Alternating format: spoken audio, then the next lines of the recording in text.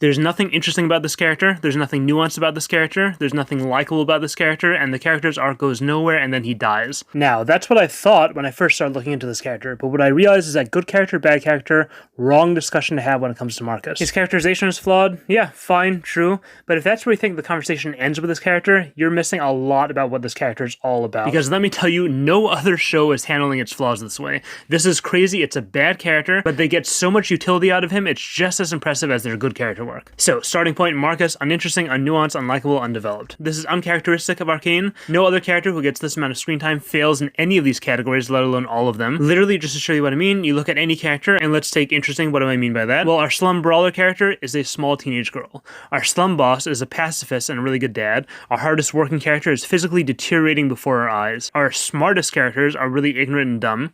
These are all unexpected things that draw us deeper into the character and make us want to know more, make us want to see how they react to different situations. Marcus, when he's introduced, he's a corrupt cop. He's mean, he's prejudiced, he's weak-willed. I've seen this character 100 times. You give me the first item on his character checklist, and I can predict the rest for you. And what is there to set this guy apart? What makes me interested in him? Give us a unique quirk, an activity, even just an aesthetic, anything, but no, we just get plain old Marcus. Unnuanced, what I mean by that. So to go back to our slum brawler, he could have just had this character be good at punching things, but no, this is a character who only knows how to solve any problem by punching, and that makes it a big strength and a big weakness. The punching thing is connected with her family relationships, which is connected to the culture that surrounds her, and the political situation that this character contends with throughout her whole arc. It's connected to her stubbornness, it parallels her romantic attractions, it's used to express unique things in unique situations. Marcus, so I skipped over the one interesting thing we eventually do see about him. He's a single dad. Fine, that's interesting, that's unique. He has a daughter, and she's his big weakness. Now for the nuance aspect, why does he care so much about his daughter? Well, it's because he's a dad, and that's what dads do. That's where it ends, we get no more than that. It's a really unnuanced motivation. Do they have some kind of special relationship? Do we see him love and care for her in unique ways? No, we just get the tell my daughter dies scene that we've seen a billion times. Is his daughter herself interesting? Maybe that changes up things a little? No, we get nothing from her either. And likability, every character in Arcane has moments that are just cool, badass, impressive, admirable, funny. Marcus has none of that. He's mean to everyone, he's weak, and he accomplishes nothing, so there's nothing to be impressed by or to admire. And like I said with Undeveloped, his arc just kind of goes nowhere. So this is not to say that people can't connect with this character. They can and they do. Marcus has fans, but to quote Jeff Winger, for the same reason, I can pick up this pencil, tell you its name is Steve, and go like this. Oh. And part of you dies. Just a little bit on the inside. The character is just overall underdeveloped. He's the worst character in Arcane's main cast from a writing perspective, and like I said, I'm not making this video to dunk on Arcane or on Marcus.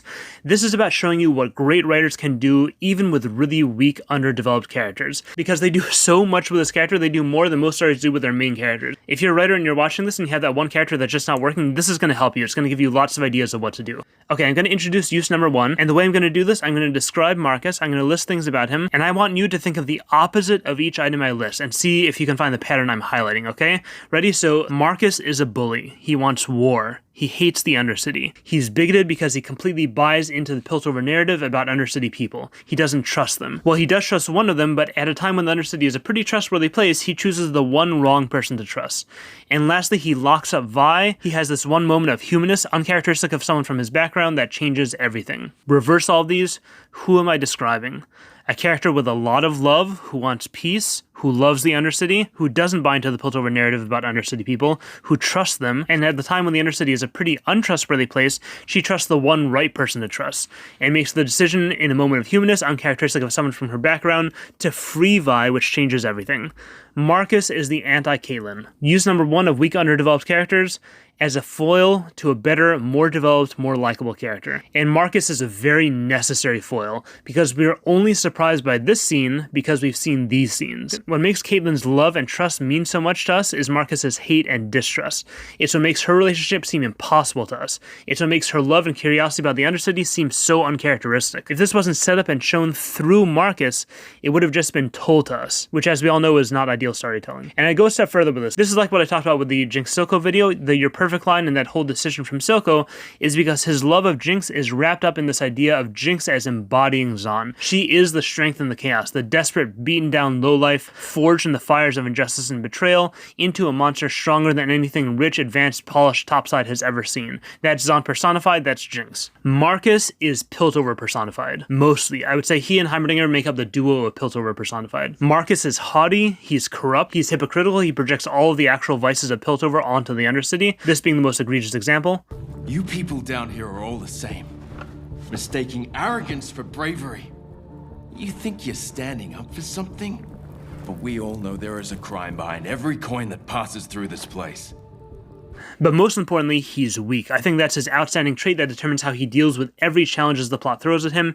He fails at everything he tries. He fails to find the criminals in Act 1, he fails to arrest Vander, he fails in his deal with Soko, which by the way, he doesn't even seek out, it just falls into his lap. Later, he fails to blow up Soko, he fails to shoot Caitlyn, he does nothing when Grayson is killed, he does nothing when Soko threatens his daughter. The only thing he successfully accomplishes is saving Vi, and forgetting how uncharacteristic that is, it doesn't even really go as planned. She ends up basically being a liability for him, if anything. I think Marcus epitomizes passive evil as opposed to a character like Soko who's active evil. Combine that with Heimerdinger, Ivory Tower evil, apathetic evil, that's Piltover. Well-intentioned, wants to be a hero, but so weak or so ignorant it's useless. Worse than useless, it's self-destructive. Now what's the point of doing something like this in a single character? Showing themes at different levels of scale, big picture and small picture, is what makes a story feel rich. It's what makes a setting feel rich. You'll have an overall plotline that explores a theme, and then maybe you have a character relationship that explores that same theme differently because it's on a smaller scale, and then maybe you have a single character who embodies that theme, or an object, or an action, or a decision. That's use 2 of weak, underdeveloped characters. A bad character can still be used to explore a theme or to enrich a setting. They can be personification of something else external to them that's important and compelling, even if they're not compelling as a character. Okay, third thing I want to talk about is his death. Also very weird, very sudden. It seems like he might be developing. He has that moment with a grenade, and then bridge scene, death. So Marcus's death parallels 2 earlier scenes. One is Grayson's death, the open-eyed, lifeless stare. This, unfortunately, I think is meant to be the resolution of his arc to some degree. His whole career is plagued by this foolish relationship he got caught in years ago. It's what cost him the one person he admired, and then he couldn't escape the same fate in the end. Meaningless death by one of Soko's monsters. I think that's the main takeaway we're supposed to have here, which isn't very interesting in my opinion, not what I want to focus on. Here's what I want to focus on. So Marcus is a single father, and he seems like a fine father. He provides for little Marcus, he guides her to be a better Marcus than he ever was, hopefully more developed too. And yeah, the relationship not well explored, not very nuanced, but he is a parent. Now listen to this.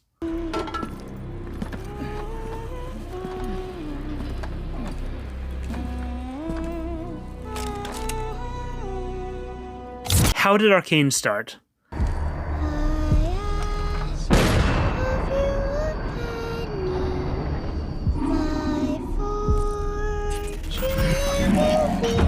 Same bridge, same song, same meaningless war that resulted in nothing positive, just more dead parents and more orphans. Powder was the victim before, now she's the killer. Her arc has come full circle, but in a nightmarish way. And she seems to realize this, it's why she's singing the song, and she's fine with it. Marcus's death is a crucial character moment, but for a different character.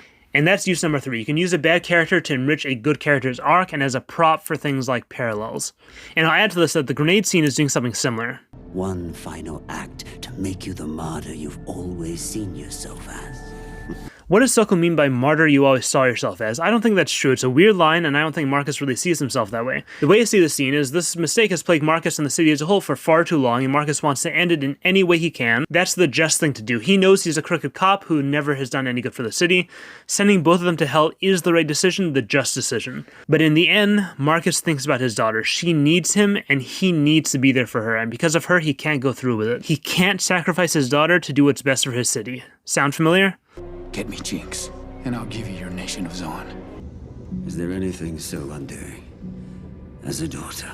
This scene uses Marcus as a foreshadowing prop, showing Soko using the very power that undoes him in the end. And by the way, Soko does want to be a martyr, and I think that's why he accuses Marcus of wanting to be a martyr. He's projecting. And it shows us that Soko sees the situation very differently than Marcus. For Marcus, this little girl would be losing her daddy, but his sacrifice would make the world she grows up in a better place. And that's why Soko absolutely would pull a pin if the roles were reversed. And in a few episodes, the roles are reversed, sort of. It's an accident, but Soko is fine with it. He gets to be the martyr like he always wanted. So we have our 3 uses for this worst character in the series. Number 1, Marcus is a necessary foil, the anti-Kate. Number 2, Marcus embodies part of our setting, enriching it. He represents Piltover like Jinx represents Zon. 3, Marcus is a prop for parallels and foreshadowings. And by the way, these uses absolutely do not fix him. All the flaws I talked about in the beginning of the video are still there, still prevent him from being compelling, satisfying, appealing as a character. But that's what I wanted to highlight here. The Arcane writers had a bad character. Every story has bad characters, bad scenes, flaws, and sometimes there's nothing you can do to fix them. You have to cut scenes for time, or solutions just create more problems elsewhere. But this is great food for thought for writers.